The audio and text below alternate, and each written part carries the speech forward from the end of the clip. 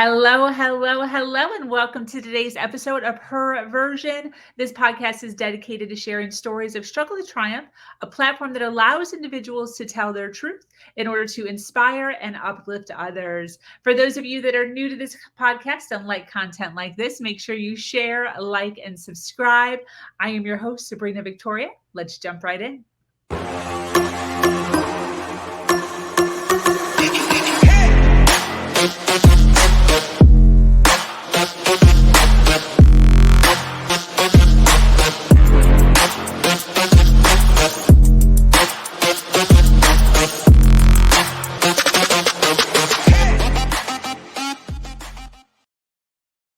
Hello. For those of you that are already jumping on live, I so appreciate you being here, hanging out, and supporting us. Thank you for joining us today on this episode of Her Version. The Her Version platform is built on storytelling and the understanding that many times our greatest learning experiences come from learning from other people's stories. Today, I am speaking with an amazing woman named Geeta. Geeta made a very emotional pivot in her life that led her to her passion. Once a successful scientist in the pharma industry with over 12 years of experience, and now a well-established certified strategic abundance mindset coach and certified life and executive coach, helping clients see clarity and positive changes in their personal and professional lives. Following her heart, not her pocketbook, Geeta took a leap and had a trust in herself to be able to succeed in an industry that was calling her name. Now, many years later, she is an expert in her field and is here to talk about the importance of trusting yourself and going for it. Welcome, Geeta. In your journey, to get to where you were to where you are, I'm sure that you have been through some challenges mentally, emotionally, physically. When you think back, what was maybe one of the biggest challenges that you went through, and what did you learn from it? Okay. So I think if I look back, so the number one was where I had moved to a different state. I was not getting, like, there were not pharmacy jobs over there. The R&D I'm talking about, not the regular pharmacy jobs, because I'm from the R&D part of the. So I got a little couple of years to sit back and see, to do, what I want to do, right? So I was not finding any job there. So I got a 2 years of kind of I would say, introspection. Like, okay, I'm home. I'm not finding any job which is close to my home where I can pick and drop my kids off to school. I mean, to the convenience of how I was looking at it. Yeah. And then I dwelt back into my passion for some time because um, I had this passion of collecting crystals a lot, like gemstones, basically, from being from India. So I had access to like beautiful gemstones. So I started collecting them. And more so, my friends used to come to me. They said, "Why don't you sell it as well?" And I thought, because people don't have a knowledge of them, so I could sell them as well.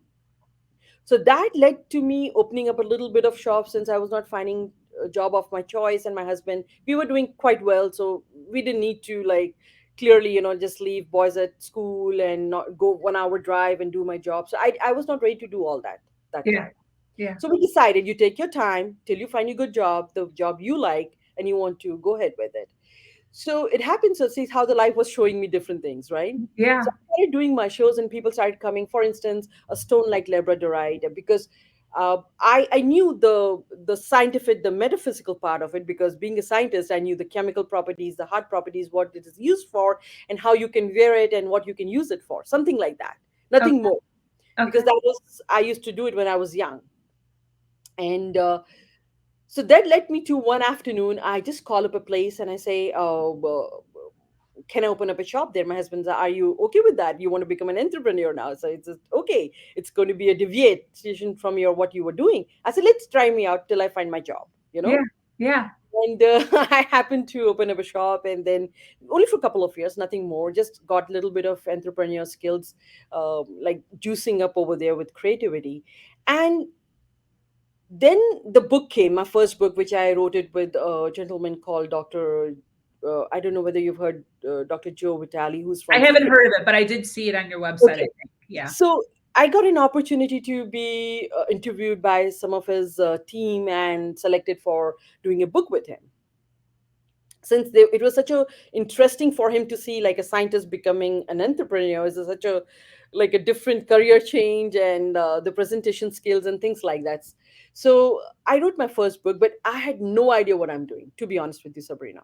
Again, the life was showing me all the little nudges. I was picking them, but they were challenging, and I said, what am I doing? So I closed my shop in 2 years, and it happened so we moved to another state. And then I said, during that time people started coming to me, like one of my friend, actually she gave me a very good advice, to be honest with you. She had called me over for lunch to her place, and she told me, you have a very coach like something to your personality. You're very Yeah. good in advising, and the way you talk, you're very compassionate and yet dissociated with the person and very objective at the same time. So she gave me very good advice at that time. Yeah. And to be honest with you, I didn't know what coach was, because what I was thinking, I will just close down everything and go back to my R&D, which I love, Yeah. which I thought I love. Yeah. Correct. So Yeah. that was so interesting, and I did get a job offer in between. I said, wow, that's it. I enjoyed a couple of years. I did what I wanted to do, stayed home and took care of my family, but I found a job, and then why don't I just go back now? Yeah. During that time, so much has happened that I seriously started to be honest with you, see that I could touch people's life, Mhm. you know? Yeah. And for me, the struggle was, like you asked me, the challenge was, again, going back to that such a mechanical box, very structured work at lab. So, something had changed in me, shifted in me that time, which I didn't realize. So I said, okay, let me go. But, I was not enjoying my job anymore, Mhm. right? Yeah. And then it happened. So we moved to another state because of my husband's work. And again, that state had no pharmacy jobs, no pharmaceutical R&D jobs, like where we are right now in Florida.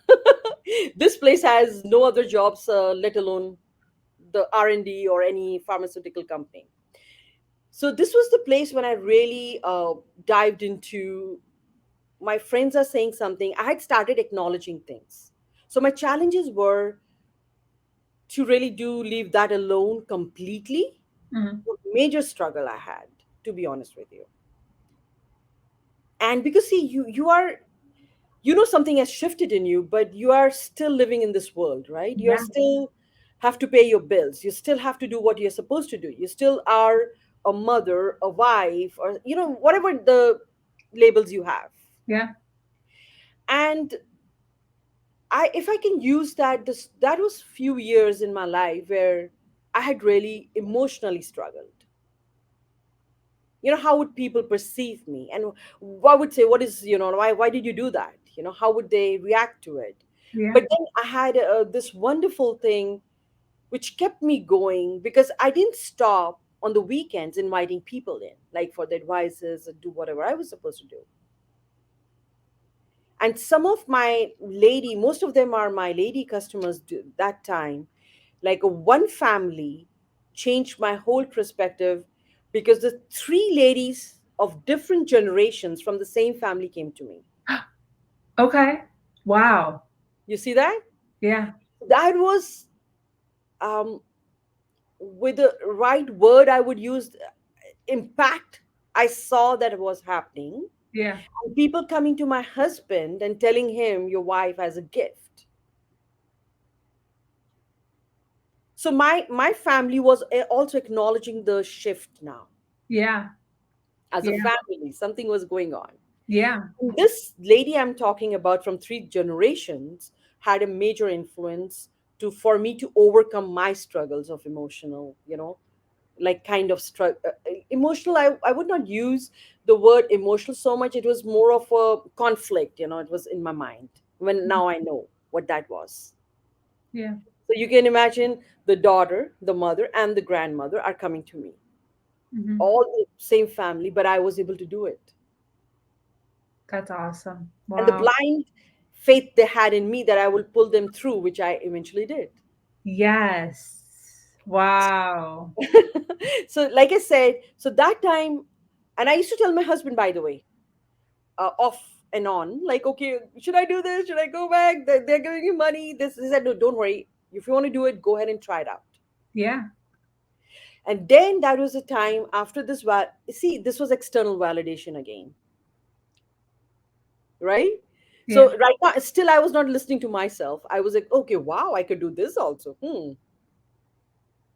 You know what I'm saying? Like, Yeah. explain to you, like, once you get into the emotional part of it and understanding what emotional intelligence is and how you can, or a leadership is, then you integrate all these parts of yours. Yeah. That Definitely. was the biggest challenge. And then with the support, with still going ups and downs, should I, all those years, and eventually overcoming them. Yep. And this is where I'm at. So that was my biggest challenge. Those 4 years were like quite emotionally, I would say, they had took a toll on me that time, Yeah. And you took the leap. and I took the leap. Yes, Yeah. because see, again, the like I was telling, the external validation I got. Yeah. Still, I was not there yet to understand that I can pull it off. No Yeah. worries. So Definitely. yeah, so that was the major one. Definitely. For people who are listening, who are maybe not familiar with personal growth or personal development, Hmm. what would you say to people like that? Why is it important for us to do personal development? Hmm. Okay. So I think, Sabrina, to be very, very honest with you at this point, it is all about your choices. See, some people don't even get in their lifetime that chance to, divulge into their choices as well. You know, they're following the regular routine of their lives. And sometimes when you get some time to yourself, like I talk, one of the biggest thing I talk about is like self-awareness for these people. They want to Mhm, talk about self-awareness, but it's unfortunately described. They mhm. think that self-awareness is nothing but, you take out your yoga mat, you do meditations, and you see, oh, I like this, I don't like this. It's nothing to do with that. Yeah. How powerful the self-awareness is when you literally start listening to yourself, Yeah. and literally you understand your self-worth, the value you add the way you want to add, or the value you contribute in this world. 100%. Yeah, people get confused with self-esteem, which is very external. The jobs, the who you are, how you perceive yourself, all those are very that is your self-esteem, by the way. That is not your self-worth. Self-worth is very integral part of you, which does not need anything from outside. Does that make sense? Yeah, so self-worth and self-esteem, not the same thing. No, What's the they are not. difference? Tell us what the difference is. So difference is the self-worth is very integral part of you. It's very inward. It's who you core, and you know that you're good enough. You know that you are adding the value to the people. It could be as simple as adding the value to your family, but in the right, with the right emotion. Mhm. Like a mother is has self-worth too. How so? Because she knows she's a mother. She's adding value to her children's life no matter what. You Yeah. don't She doesn't need a third person coming and say, oh, you're a mother, right? You see what I'm saying? Yes. Okay. Yeah, Okay. right. And self-esteem is very external. If I get house of X amount, I'm going to feel good about it. Okay. If I get a job of XXX salary, Yeah. I'm going to be okay. So it has an external factor, and which helps you to build your esteem, which is just a conscious level. Okay. And you need a validation always. You see? The esteem needs validation, Correct. But external self-worth, validation. right. But self-worth is just you know it. So when you are on pursuit, like you are right now, pursuit to follow your passion, do you need my validation right now, Sabrina? No, got it. You have realized it. Yeah, Do I need to tell you, Sabrina, how beautiful you are? no. Occasionally I can. You will accept it too. But Yeah. that So, will not. Mhm. so can my self-esteem hinder my self-worth? Yes. Okay, Because when you're operating from your self esteem, you're always looking externally for some kind of validations. got it. So how does somebody put a line and definitively say my self-worth is mine, Mhm. it has nothing to do with Mhm. external? How does somebody do that? So there could be so many different factors, added to that. Number one, like for instance, let's say somebody who is working, they are still adding their value to the job they have, to the company they have, right? Yeah. As professional. Yeah. Right. And are they conscious enough? This is the kind of contribution they want to give it to the community, and they're having, they don't need anything more than that. There are people like that as well. So they have not tapped into the self awareness we talk about in emotional intelligence. They have just tapped into the kind of self worth which was shown to them, and they relate to that. Not that it is like I would not say it is like some kind of going to hinder, because it hinders your understanding of your self-esteem and self-worth. Definitely, it's a thin line, right? Yeah. Because that's how they want to see. Because self-esteem is like all external. Yes. So that is the problem they have. Otherwise, they would always think, okay, I have a good job, this, and that checkpoints all the your usual routine and the life has to offer you, and you're okay with it. Yes. Now, when you talk about the emotional intelligence, the understanding of integration of all your parts, where you do know that your self worth is equal to your value you are adding. See, a doctor is also adding a value in people's life. Now, if that doctor is happy with or feels or he or she feels fulfilled with it, it's okay. Right. But if you feel that something is it's not going the way you thought it would be, like you like so many people when they come to me, they have professionals, but they have work-life balance are not working well for them, Yeah. especially women, because it's very unfortunate to see women struggling. Oh, I have my kids at home. Oh my gosh, I don't want to do this job. I don't feel good. I don't feel connected to. I'm not doing my family chore, something like that. So they have such imbalance, Yeah. and then after that they start to face the relationship struggles with their spouses. Now they have grown in the environment of thinking that if they provide financially to a family should be okay. Hmm. That's their worth. Yeah.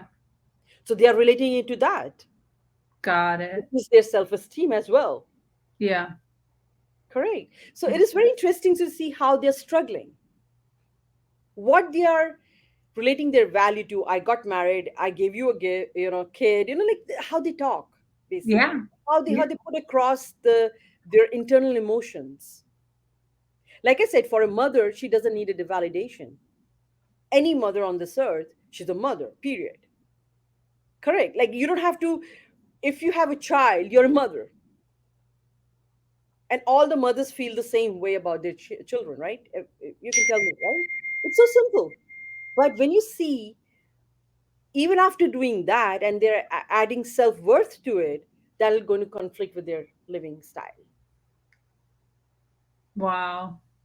So the self awareness itself is such a beautiful, it's a huge thing to understand. It's just using this word, the word self awareness, and just getting, some yoga mat, going to yoga studios won't work for you. Yeah. There's some people used to come to me, they say, oh my God, I've been doing yoga meditations for so long, but I have not been able to tap into who truly I am. And that's where it lies. Got it. Yeah, Yeah. definitely. That totally makes sense. 100%.